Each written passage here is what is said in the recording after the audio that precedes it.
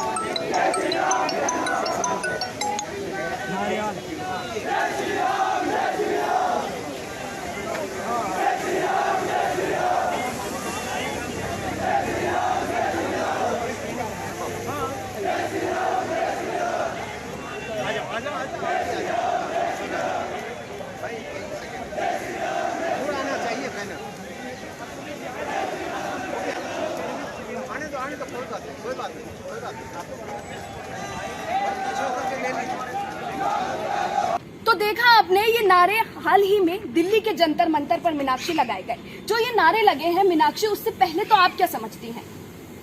देखिए, इस तरह की किसी भी धर्म के विरोध जाकर किसी भी तरह की नारेबाजी करना मेरी नजरों में भी बिल्कुल ये गलत है। ये किसी भी तरह से कहीं पर भी जायज नहीं है। अगर आप किसी भी विशेष धर्म के खिलाफ कोई भी टीका टिप्पणी करते हैं या फिर किसी भी तरह के नारे लगाते हैं, वो भी सरेआम, तो इस तरह की भारत में चीजें अलाउड नहीं है। और इसके बावजूद भी इस तरह की नारेबाजी होना हमारे देश की गरिमा के खिलाफ है। जिस तरीके के नारे लगे हैं और जिस तरीके का माहौल उन नारों के बाद बन गया है, हालांकि दिल्ली पुलिस की तरफ से कार्रवाई की गई है, लेकिन सवाल ये है कि दिल्ली पुलिस के रहते हुए ऐसे नारों को लगाने वाले लोग खुलेआम, सरेआम, बिना किसी खौफ के, बिना किसी डर के जब ऐसे खुलेआम नारेबाजी करते हैं, तो आज हमारा समाज कौन सी दिशा में जा रहा है? क्या हिंदुत्व को लेकर जो क्राइटेरिया बनाया गया है उसकी ही रूपरेखा आज देखने को मिल रही है दिल्ली की सड़कों पर? देखिए फिजा, मैं आपकी इस बात से तो सहमत नहीं हूं कि हिंदुत्व की रूपरेखा का जो क्राइटेरिया बनाया गया उसका ये नतीजा हमें सड़कों पर देखने को मिल रहा है।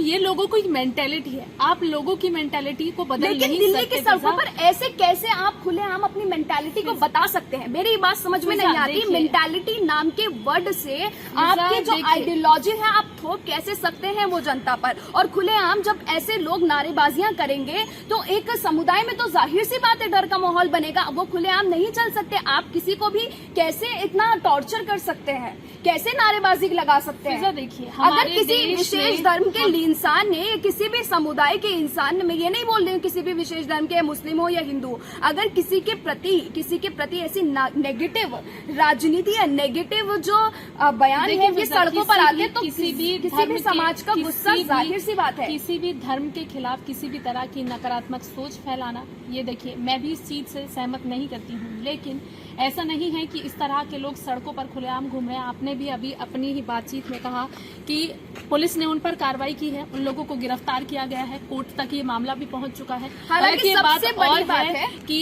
उस पर कोर्ट ने अभी फैसला सुरक्षित रख लिया है, कोर्ट की तरफ से उनको जमानत नहीं दी गई है। और इसमें आपको मैं बता दूं कि अश्विनी उपाध्याय जैसे नेता का नाम भी सामने आया है, जो वाकई शर्म की बात है। और हालांकि बीजेपी के प्रवक्ता रह चुके हैं पहले, तो बीजेपी के जो प्रवक्ता रह चुके हैं वो आज, और कपिल मिश्रा जैसे लोग सड़कों पर आकर ऐसे बयान देते हैं। और इससे पहले भी हमने देखा है जब दिल्ली में दंगे हुए थे तब भी कपिल मिश्रा का नाम सबसे पहले आया था। कपिल मिश्रा जैसे नेताओं की वजह से ही दिल्ली के दंगों को एक बहुत मनोबल मिला था उस समय भी, और उसके बाद भी कपिल मिश्रा के बयान पर कोई भी कार्रवाई बीजेपी की ओर से नहीं की गई।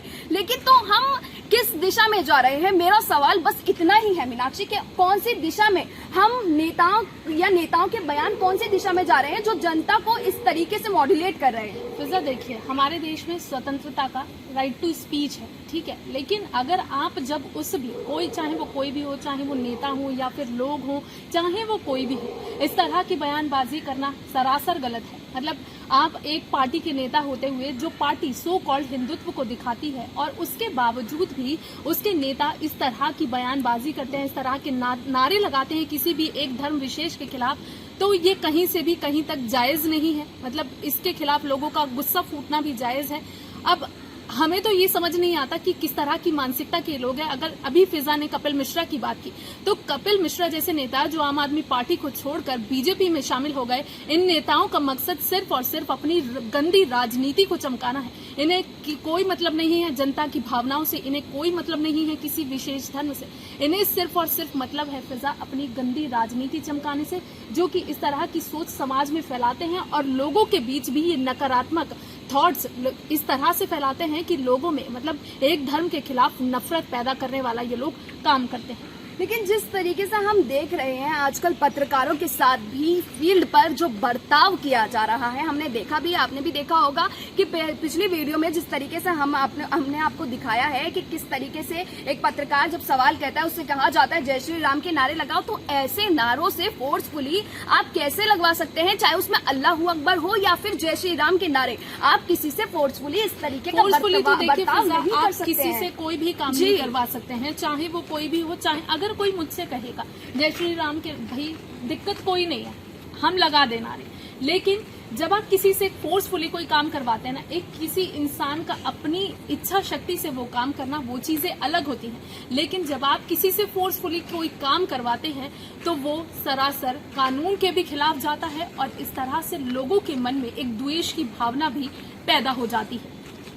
देखिए, आज हमारी सोसाइटी ऐसी है जहां हिंदू मुस्लिम हम सब भाई बहन मिलकर एक साथ रहते हैं और एक हमारा समाज है और हमारे भारत भी एक धर्मनिरपेक्ष भारत है। तो यहाँ पर जब आप लोगों से फोर्सफुली अपनी आइडियोलॉजी को लोगों पर थोपने की कोशिश करेंगे तो समाज में ऐसा ही रूप निकलकर सामने आएगा। जिस तरह की तस्वीरें आज निकलकर सामने आ रही हैं उसी तरह की तस्वीरें हमेशा निकलकर सामने आएंगी और यही रूप आने वाले दिनों में बहुत घातक रूप ले सकता है।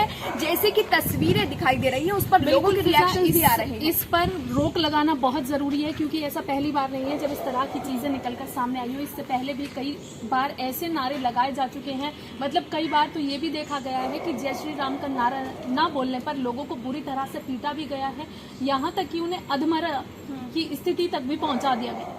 तो इस तरह की चीजें, आप किसी पर, हमारे देश में स्वतंत्रता का जो अधिकार दिया गया उस स्वतंत्रता के अधिकार का आप गलत उपयोग कर कर किसी को भी अपनी चीजें उस पर थोप नहीं सकते।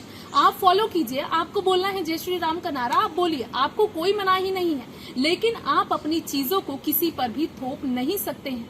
अब भले ही जंतर मंतर पर दिल्ली की सड़कों पर ये नारेबाजी की गई हो, दिल्ली में ऐसे लोगों पर कार्रवाई भी कर ली गई हो दिल्ली पुलिस के द्वारा, लेकिन अब जरूरत है ऐसे लोगों के ऊपर कार्रवाई करने की, उन कार्यकर्ताओं पर कार्रवाई करने की जो किसी भी पार्टी से संलिप्त हो। लेकिन अगर ऐसे कार्यकर्ताओं या फिर ऐसे लोगों पर मीनाक्षी कार्रवाई नहीं की गई, अच्छे से उन्हें सजा नहीं दी गई, तो आगे इसका भी खामियाजा बिल्कुल बहुत जल्द हमें देखने को मिल सकता है। और मैं आपकी बात से फिजा बिल्कुल सहमत हूँ कि किसी भी धर्म विशेष के खिलाफ आप नफरत नहीं फैला सकते हैं, चाहे वो कोई भी धर्म हो। हम किसी भी धर्म को इस तरह से नकारात्मक उसकी सोच को हम नहीं दिखा सकते हैं। हम किसी भी धर्म के खिलाफ नारेबाजी करने का हमें अधिकार किसी ने नहीं दिया है। अब आप इस पूरे मामले पर क्या राय रखते हैं, हमें कमेंट सेक्शन में जरूर बताएं। देखिए, फिजा ने अपनी राय बता दी है, मैंने अपनी राय बताई है। हालांकि हम दोनों ही इस चीज से बिल्कुल भी सहमत नहीं है कि इस तरह की नारेबाजी सड़कों पर की जाए। फिजा ने अपनी बात रख दी है, मैंने अपनी बात रख दी है, लेकिन इस मुद्दे पर आपकी क्या राय है हमें कमेंट सेक्शन में जरूर बताएं। लेकिन तब तक के लिए बस इतना ही। धन्यवाद।